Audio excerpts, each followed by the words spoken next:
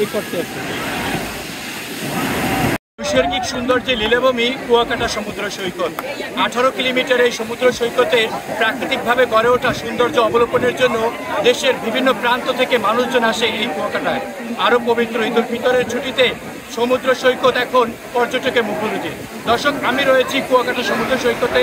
আপনারা জানেন যে কুয়াকাটা সমুদ্র সৈকত কিন্তু একদম প্রাকৃতিকভাবে গড়ে ওঠা এই সমুদ্র সৈকত।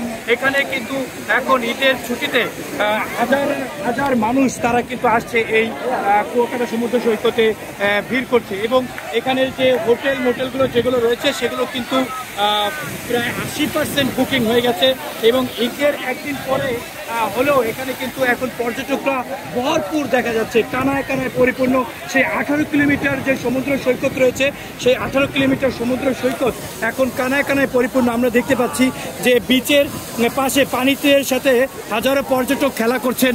আমরা একটু এখন বিভিন্ন পর্যটকের সাথে কথা বলবো। আমরা চেষ্টা করব যে পর্যটকরা এখানে যে দূর দূরান্ত থেকে এসেছেন তাদের অনুভূতি জানার চেষ্টা করব আমরা। এখানে আপনারা দেখছেন যে অনেক পর্যটক, এই যে দীর্ঘ একটি মাস সে বন্ধ থাকার পরে পর্যটকদের কিন্তু এখানে আনাগোনা ছিলই না। এখানে হোটেল মোটেল অ্যাসোসিয়েশন ব্যবসায়ীরা তারা কিন্তু এখানে অনেক কষ্ট করেছেন এবং তাদের ব্যবসার কিন্তু মন্দা পড়েছেন। আমরা দেখতে পাচ্ছি যে এখানে পর্যটক যারা এসেছে। আপনি কোথা থেকে এসেছেন? আসসালামু আলাইকুম, আমি এসেছি ঢাকা থেকে, ঢাকা হেমায়তপুর। আচ্ছা, কেমন লাগছে কুয়াকাটা? খুব ভালো। আচ্ছা, কতদিন থাকবেন একটু যদি বলতেন? একদিন বা 2 দিন। আচ্ছা, এই কুয়াকাটার বিষয়ে আপনার কিছু বলার থাকলে বলেন। না, কুয়াকাটা এখন খুব ভালো পরিবেশ, এখন খুব ভালো, অবশ্যই সবার আসা উচিত। আচ্ছা, আপনি কখন আসছেন? আমি বড় ভাইয়ের সাথে আসছি। আচ্ছা, কেমন লাগছে কুয়াকাটা? আলহামদুলিল্লাহ ভালো। ওটা ভালো লাগছে। কতদিন থাকবেন?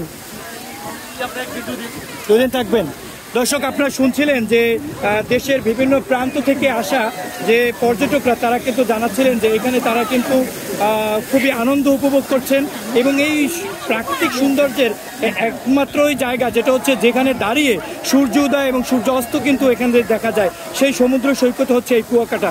এই কুয়াকাটা সমুদ্র সৈকতের যে মোটেলগুলো রয়েছে সেগুলো কিন্তু 80% হোটেল মোটেল এখানে হচ্ছে বুকিং হয়ে গেছে, এবং এই ঈদের পবিত্র ঈদুল ফিতর উপলক্ষে তারা কিন্তু সেবা দেওয়ার জন্য বা হোটেলের সেবা দেওয়ার জন্য সেই হোটেলগুলো কিন্তু রঙিন সাজে সেজেছে এবং বিভিন্ন অফার নিয়ে তারা কিন্তু এখানে দাঁড়িয়েছে।